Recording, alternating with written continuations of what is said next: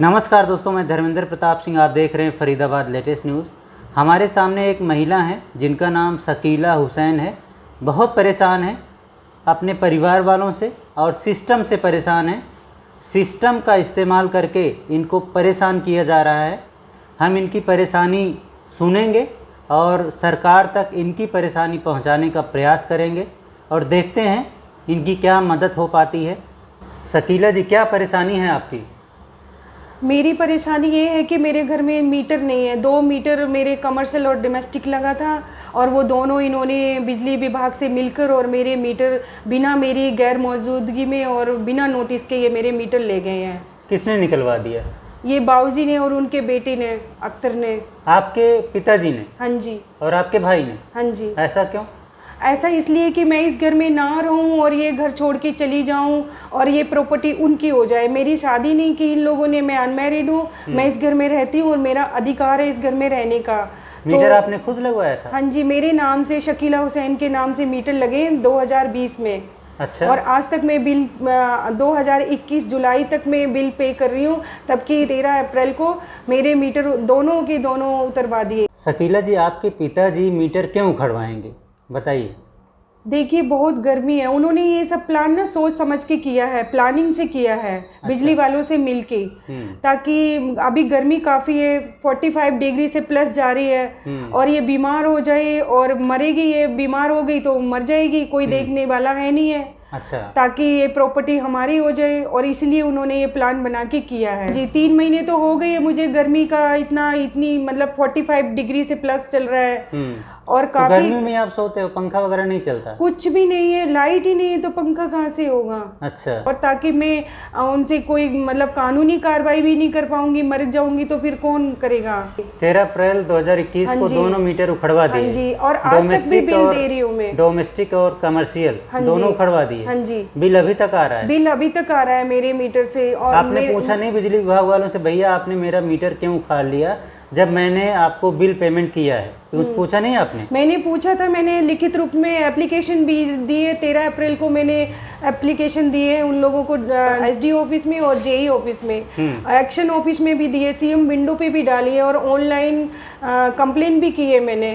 3 महीने से आप गर्मी में रहते हो? हाँ जी, बहुत गर्मी और तापमान काफ़ी हो रहा है। मेरा बीपी भी हाई हो जाता है, मुझे वायरस भी हो गया था इतना, अभी वायरस चल रहा है गर्मी से। तो आपके भाई और आपके पिताजी आपको उस घर से भगाना चाहते हैं जहाँ पर आप रहते हो? हाँ जी, वो नहीं और इसीलिए बिजली मैं... विभाग के साथ मिलकर ये सब किया जा रहा है? हाँ जी। तो चलो, आपके घर वाले आपको भगाना चाहते हैं, लेकिन बिजली विभाग वालों को तो देखना चाहिए ना कि बिल पेमेंट हो रहा है कि नहीं। उन्होंने नहीं देखा ये सब?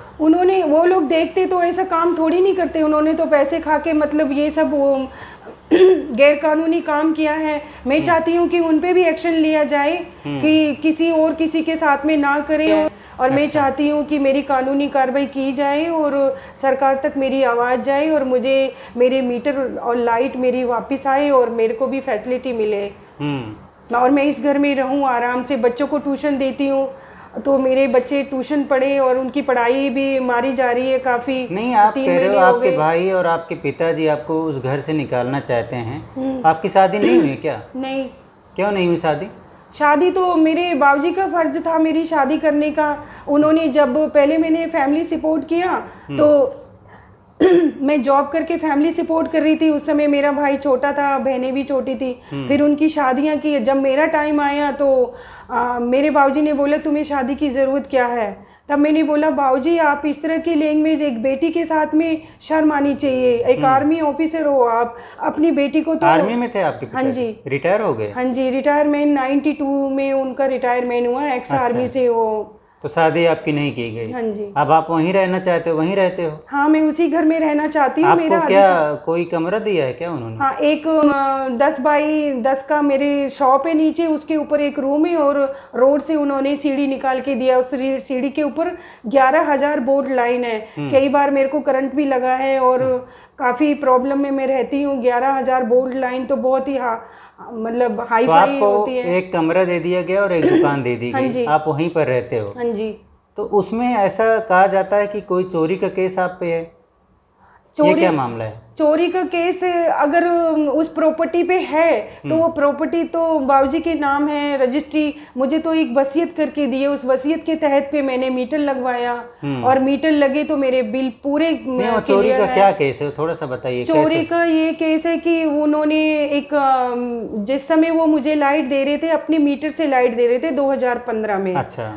तो मैं घर पे नहीं थी और उन्होंने मेरी गैर मौजूदगी में उन्होंने मुझे कई बार बोला था ये जगह खाली कर दो और अच्छा। तुम इसमें नहीं रहोगी। मैंने बोला नहीं, मेरा अधिकार है इस घर में रहने का, मैं बच्चों को ट्यूशन देती हूँ, मेरी मैरिज नहीं हुई है। अच्छा। आप लोग भी मुझे अपने साथ नहीं रखते हो तो मैं इस घर में कहाँ जाऊँ, कहाँ छोड़ के जाऊँगी। अच्छा। तो उन्होंने देखा कि मेरी रिलेशन में डेथ हुई थी तो मैं उधर गई हुई थी। इन्होंने देखा मैं घर में नहीं हूँ और पीछे से बिजली विभाग से मिलकर उनको पैसे खिला के और कुंदी केस बना के मुझे फंसाया। अच्छा। तो जब मेरे पास नोटिस आया तो मैंने बोला सर मेरे तो नाम मीटर भी नहीं है और मेरे नाम रजिस्ट्री भी नहीं है, तो ये तो कानूनी तौर पे मेरा केस नहीं है, जिनका है उनको आप दीजिए। अच्छा। और उनसे आप अमाउंट लीजिए जो 1.5 लाख का बिल बता रहे हैं। तो उस समय मैंने 23 सेक्टर में मैंने एप्लीकेशन लगाई थी और फिर उसके बाद में मैंने 2020 में मैंने अपने मीटर ऑनलाइन से मतलब अप्लाई किया। शकीला हुसैन के नाम से 2 मीटर, एक कमर्शियल का एक डोमेस्टिक का अप्लाई किया और आज तक मैं 2020 में अप्लाई किया है और 2021 में 3 जुलाई तक मैं बिल पे कर रही हूँ आज तक की। अच्छा। आज 7 जुलाई 2020 है। में आपने अपने नाम से मीटर लगवा लिया हाँ था। जी। और उसके बाद बिलों का पेमेंट आप कर रही थी। हाँ जी। जो भी बिल आते टाइम थे। पे मेरा बिल, मेरा रिकॉर्ड आप देखिए। मैं चाहती हूँ 2-3 बिल दिखाइए पीछे के। एक मिनट बिल देख लेते हैं। हाँ बिल्कुल। अच्छा ये बिल है आपका। हाँ जी, ये दोनों मीटर के बिल हैं। ये मीटर था जब का बिल है ये। चलो बिल देख लेते हैं। ये एक बिल है, ये दूसरा बिल है और ये मीटर उतरने के बाद का बिल है। तब की मीटर मेरा 13 अप्रैल को मीटर उतार दिया है और ये मैंने 3 जून को मैंने ये मतलब बिल भरा है। अब जुलाई में भी इन्होंने मेरे को बिल दिया है। मीटर उखड़ गया, बिल आ रहे हैं। बिल आ रहे हैं और कोई रीडिंग नहीं, कोई कुछ नहीं। और जब मीटर ही नहीं तो रीडिंग कहाँ से होगा। और अब मैंने अभी भी 3 जुलाई को इन्होंने मुझे एक वो दिया है, बिल दिया है जो कि कमर्शियल का 680 का बिल आया है मेरा और डोमेस्टिक का 403 रुपए का मेरा बिल आया है। तो आपका कहना है कि आपके परिवार वालों के साथ मिलकर, आपके पिताजी आपके भाइयों के साथ मिलकर बिजली विभाग वाले आपको परेशान कर रहे हैं। कोई नाजायज रूप से मीटर उखाड़ ले गए। अब जो है मीटर भी नहीं लगा रहे हैं। कहीं पर आपने शिकायत की? सीमा तिरखा जी हैं हमारे यहाँ की एमएलए हैं, तो उनसे भी मैंने बात की। उन्होंने मेरी बात सुनी। उन्होंने मेरे सामने जो कुलदीप जी हैं उन्होंने जेई को फ़ोन किया था और एसडीओ को फ़ोन किया था मेरे सामने ही। और जो वहाँ पे कुलदीप जी हैं वो मीटर लगाते हैं, उनको फ़ोन दिया था और मुझे भी फ़ोन नंबर दिया था। लेकिन आज तक वो मेरा मीटर नहीं लगाया उन्होंने। और यानी वो अधिकारी विधायक जी का कहना नहीं मान रहे हैं। अच्छा, कितना दिन से परेशान हैं आप? ये दौड़ भाग कितना दिन से कर रही हैं? ये दौड़ भाग तो मैं 13 अप्रैल से कर रही हूँ, जिस दिन से मेरे मीटर उतरे हैं। 13 अप्रैल 2021 से जब आपका मीटर उखड़ा, आप दौड़ भाग कर रहे हो? हाँ जी। इधर उधर भाग रहे हो लेकिन अभी तक मदद नहीं मिल पाई है? नहीं, कोई सुनवाई नहीं हुई? नहीं।